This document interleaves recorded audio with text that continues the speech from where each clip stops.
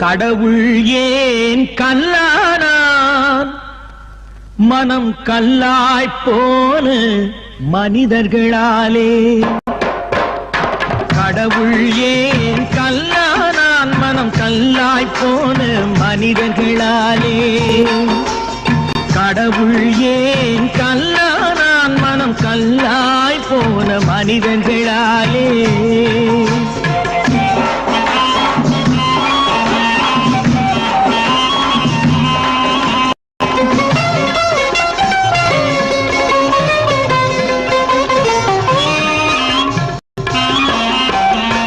கொடுமையை கண்டவன் கண்ணை இழந்தான் அதை கோபித்து தடுத்தவன் சொல்லை இழந்தான் கொடுமையை கண்டவன் கண்ணை இழந்தான் அதை கோபித்து தடுத்தவன் சொல்லை இழந்தான்